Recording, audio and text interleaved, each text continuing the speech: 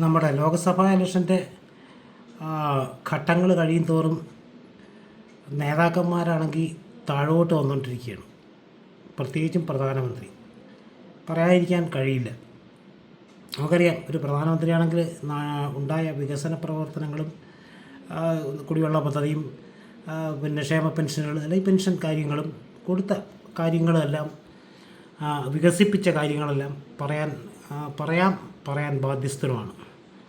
അത് തന്നെ ധാരാളം. അതായത് നരേന്ദ്രമോദി ചെയ്ത ജനങ്ങൾക്ക് വേണ്ടി ചെയ്ത കാര്യങ്ങൾ എന്താണോ അതെല്ലാം തന്നെ പറയുന്നത് തന്നെ വലിയൊരു നേട്ടം സർക്കാരിന് ഉണ്ടാക്കി കൊടുക്കും എന്നുള്ള ആത്മവിശ്വാസത്തിൽ ആദ്യമേ 400 സീറ്റും പറഞ്ഞു, വികസനവും പറഞ്ഞു.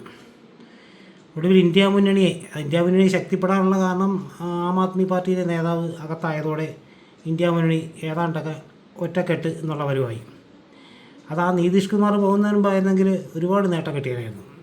നിതീഷ് കുമാറിനെ പിടിച്ച് ഇന്ത്യ മുന്നണിയുടെ മെയിൻ ആളാക്കിയിരുന്നെങ്കിൽ സ്വപ്നം കാണാൻ ഉള്ള അവസരം കൊടുത്താൽ മതിയായിരുന്നു പ്രധാനമന്ത്രിയാവാൻ. അങ്ങനെയായിരുന്നെങ്കിൽ കുറേ കൂടെ ശക്തിയായേനായിരുന്നു, 10-30 സീറ്റ് പോകാതെ കൈ നിന്നേനായിരുന്നു. എന്തായാലും അതിനെ അടത്തിയെടുക്കാനുള്ള കഴിവ് BJPക്ക് ഉണ്ടാവുകയും ചെയ്തു. അതൊക്കെ കഴിഞ്ഞ് നമ്മുടെ ഇലക്ഷൻ മൂത്ത് 1ഉം 2ഉം ഒക്കെ സ്റ്റേജ് കഴിഞ്ഞപ്പോൾ നരേന്ദ്രമോദി ആകെ മാറിയെന്ന് മാത്രമല്ല, കോൺഗ്രസ്സിനെ ഏത് ലോക്കൽ നേതാവ് ഒരു അഭിപ്രായം പറഞ്ഞാലും അത് ഡൽഹിയിൽ എത്തുകയും നരേന്ദ്രമോദി സംസ്ഥാനങ്ങൾ തോറും പ്രചരണങ്ങൾ നടത്തുകയും ചെയ്യുന്ന ഒരവസ്ഥയിലേക്ക് വന്നു കഴിഞ്ഞു. ഇപ്പോൾ നമുക്ക് ഇലക്ഷൻ്റെ ഒരു വർക്കിൽ കാണാം, രാഹുൽ ഗാന്ധിക്കോ അല്ലെങ്കിൽ ഇന്ത്യ മുന്നണിക്കോ ഉള്ള പ്രതീക്ഷ എന്ന് പറയുന്നത് ഒരു പക്ഷേ വീണ് കിട്ടിയാൽ അവസരം എന്നുള്ള അവസ്ഥയിലാണ്. പക്ഷേ നരേന്ദ്രമോദിക്ക് ഭയം തന്നെയാണ്, ഒരു തർക്കവും വേണ്ട. നരേന്ദ്രമോദി ഭയപ്പെടുന്നതിൻ്റെ കാരണം ഇന്ത്യ മുന്നണി എല്ലാം കൂടെ പല എക്സിറ്റ് പോളുകളും പറഞ്ഞേക്കുന്നത് ഇന്ത്യ മുന്നണിക്ക് കുറച്ചുകൂടെ ഭൂരിപക്ഷം കിട്ടുകയും BJPയെക്കാളും NDA സഖ്യത്തിനേക്കാളും ഭൂരിപക്ഷം കിട്ടുന്നൊരവസ്ഥ പറയുന്നുണ്ട്. അങ്ങനെ വന്നാൽ അത് നല്ലൊരു കൂട്ടുകക്ഷി മന്ത്രിസഭ പറയുന്നുണ്ട് പല എക്സിറ്റ് പോളും. BJPക്കാർ ഒരു പക്ഷേ ചിലപ്പം താഴെ വന്ന് കമൻ്റ് ഇട്ടാലും ശരി തന്നെ അത് പറയുന്നുണ്ട്. അതുകൊണ്ട് തന്നെ അത് മാത്രമല്ല, ദക്ഷിണേന്ത്യയിൽ BJPക്ക് ഈ സ്ട്രെങ്ത് പറയുന്ന അത്ര കാണത്തില്ല. ദക്ഷിണേന്ത്യയിലെല്ലാം കൂടെ തന്നെ ഇന്ത്യ മുന്നണിയിലെ ആൾക്കൂട്ടം കൂടുതലുമാണ്. ഉത്തരേന്ത്യയിലും കൂടെ കണക്കെടുക്കാമെങ്കിൽ ചിലപ്പം ഇന്ത്യ മുന്നണി അധികാരത്തിലേറുമോ എന്ന സംശയം നരേന്ദ്രമോദിക്ക് ഉണ്ടായത് പോളിംഗ് ശതമാനം കുറഞ്ഞതോടെ. നരേന്ദ്രമോദിക്ക് പ്രിയപ്പെട്ട പല സ്ഥലങ്ങളിലും പോളിംഗ് ശതമാനം കുറയുകയും ഇന്ത്യ മുന്നണി ശക്തമായിട്ട് ഇലക്ഷനെ നേരിടുകയൊക്കെ ചെയ്യുന്നൊരവസ്ഥ. അന്നോട്ട് തുടങ്ങിയ രാഹുൽ ഗാന്ധിയെ പുച്ഛിക്കുന്ന അവസ്ഥയൊക്കെ മാറി ഇന്ന് മുസ്ലിം തീവ്രവാദമാണെങ്കിൽ കുഴപ്പമില്ലെന്ന് വയ്ക്കാം. മുസ്ലിങ്ങൾക്ക് നേരെയും കോൺഗ്രസ് മുസ്ലിമിന് വാരിക്കോരി കൊടുക്കുമെന്നും അതുപോലെ ഇങ്ങനെ വർഗീയത പറഞ്ഞ് ശരിക്കും നരേന്ദ്രമോദി വർഗീയത ഒരു ഉളുപ്പുമില്ലാതെ പറയുകയും അത് ഇലക്ഷൻ കമ്മീഷൻ തിരിഞ്ഞു നോലും. വേറെ ഏതൊരു നേതാവ് എന്ത് കാണിച്ചാലും ഇലക്ഷൻ കമ്മീഷൻ കേസെടുക്കും, അത് പ്രശ്നമാണ്. നരേന്ദ്രമോദി എന്ത് വർഗീയത പറഞ്ഞാലും ഇലക്ഷൻ കമ്മീഷൻ കേസെടുക്കില്ല. അതാണെന്ന് കണ്ടുതന്നെ ഒരു കാര്യം. എന്തെല്ലാം പറയാൻ പോകും. നരേന്ദ്രമോദി എന്ന് പറയുന്ന ഒരു വ്യക്തി പ്രധാനമന്ത്രിയാണെന്ന് മറന്നിട്ട് ഒരു മനുഷ്യൻ താഴോട്ട് വന്നിട്ട് ലോക്കലായിട്ട് എന്ത് പറയാമോ ആ ലെവലിലാണ് ഇന്ന് പ്രസംഗങ്ങൾ ഓരോ സംസ്ഥാനത്തും ഉറഞ്ഞു തുള്ളുന്നത്.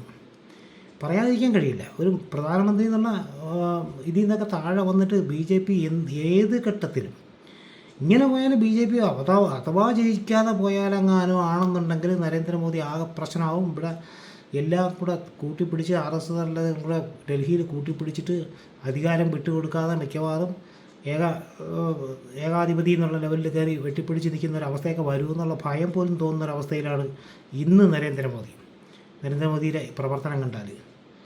കാരണം അഥവാ ഇലക്ഷനെങ്ങാനും BJPക്ക് ഭൂരിപക്ഷം കുറഞ്ഞാൽ ജനാധിപത്യമൊക്കെ അവർ മറന്നു തുടങ്ങിയ മട്ടിലാണ് ഇന്ന് പ്രവർത്തനങ്ങൾ. ജനാധിപത്യം BJPക്ക് ഉണ്ടോ എന്നുള്ള സംശയം തന്നെ പലപ്പോഴും തോന്നിയിട്ടുണ്ട്. നിയമങ്ങൾ പോലും, ജഡ്ജസ് പോലും, കാരണം ജഡ്ജികൾ പോലും അവർക്ക് വേണ്ടി വിധി പ്രസ്താവിച്ചിട്ട് അവർ MP ആവുന്ന അവസ്ഥയിലേക്ക് കൊണ്ടെത്തിച്ചു കഴിഞ്ഞു.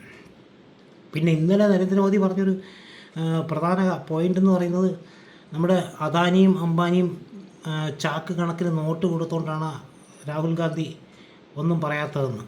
നോട്ട് വാങ്ങിയെന്നുള്ള മട്ടിലാണ് പറഞ്ഞത്. ചിരിക്കാനാണ് തോന്നിയത്. സത്യത്തിൽ നരേന്ദ്രമോദി പ്രസംഗം കേട്ട് ആരും ചിരിച്ചു. ഇനി ഉത്തരേന്ത്യയിലെ സാധാരണ ഒന്നും അല്ലാത്ത ജനങ്ങൾക്ക് ചിരി വരില്ല. പക്ഷെ നമുക്ക് കേരളത്തിൽ ഇരുന്നുകൊണ്ടോ അല്ലെങ്കിൽ വാർത്തകൾ വായിക്കുന്ന ഒരു വ്യക്തിക്ക് അറിയാം അദാനി എന്ന് പറയുന്നത് എന്നോട്ട് പൊങ്ങിയെന്നും ഗുജറാത്തിലെ നരേന്ദ്രമോദിയാണ് അദാനി എന്ന് പറയാവുന്ന ലെവലിൽ ആ ലെവലിൽ പൊക്കി കൊണ്ടുവന്ന് ഇന്ത്യയിലെ പിന്നെ ഈ വിഴിഞ്ഞം പോലുള്ള തുറമുഖങ്ങളും എയർപോർട്ടുകളും ഒക്കെ കൊടുക്കുകയും വിദേശത്ത് പോലും ഏറ്റവും കൂടുതൽ അദാനി വളർന്നത് നരേന്ദ്രമോദി വളർത്തിക്കൊണ്ടുവന്നതാണ്. ഒരു പരിധിവരെ നരേന്ദ്രമോദിയാണ് ബിസിനസ്സുകാരൻ തോന്നുന്ന മട്ടിലാണ് അദാനി വളർന്നത്.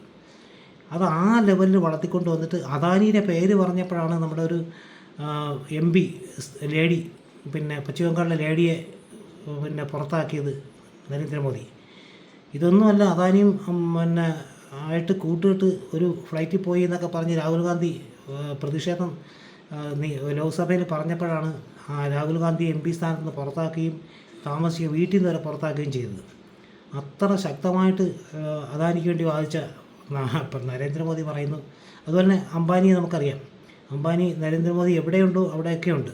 ഇപ്പോൾ രംഗത്ത് രാമക്ഷേത്ര പിന്നെ പ്രതിഷ്ഠാ ചടങ്ങിലാണെങ്കിലും നരേന്ദ്രമോദി ഏറ്റവും ഈ ജനങ്ങൾക്ക് ഉള്ള ലെവലിലല്ലോ, ഏത് ഹൈ ലെവലിലുണ്ടെങ്കിലും നരേന്ദ്രമോദിയുടെ കൂടെയുണ്ട് അംബാനി എന്ന് പറയുന്നത്. അപ്പോൾ ഈ രണ്ട് പേരും, അംബാനി അദാനി എന്ന് പറയുന്നത് ഇടം കൈയും വലം കൈയുമാണ് നരേന്ദ്രമോദിയുടെ. അത് വ്യക്തമാണ്. എന്നിട്ടും കോൺഗ്രസ്സിനെ വീണ്ടും അവർ ചിലപ്പോൾ അവരടുത്ത് വിളിച്ചു ചോദിച്ചിട്ടൊക്കെ ആയിരിക്കാം ഞാൻ ഇങ്ങനെ പറയുമെന്നൊക്കെ, അങ്ങനെ ആയിരിക്കാം. എന്നിട്ടും കോൺഗ്രസ് അവരെ നിന്ന് കാശ് കൊടുത്തെന്ന് പറയാം. കോൺഗ്രസ്സിന് എന്ത് കണ്ടാണ് ഇവർ കാശ് കൊടുക്കുന്നത്? അധികാരമുള്ളവർക്കേ കാശ് കൊടുക്കുള്ളൂ. അപ്പോൾ അതുകൊണ്ട് അതല്ല. അപ്പോൾ യഥാർത്ഥത്തിൽ ഇതുപോലുള്ള വർഗീയത പറയുകയും അതുപോലെ ഇത്തരം കാര്യങ്ങൾ പറഞ്ഞും എങ്ങനെയും വോട്ട് രാഷ്ട്രീയം, അതാണ് BJP എന്ന് പറയുന്നത്. ശരിക്കും വർഗീയത പറഞ്ഞാണ് ഇന്ന് വോട്ട് പിടിക്കുക എന്നുള്ളത് വ്യക്തമാണ്.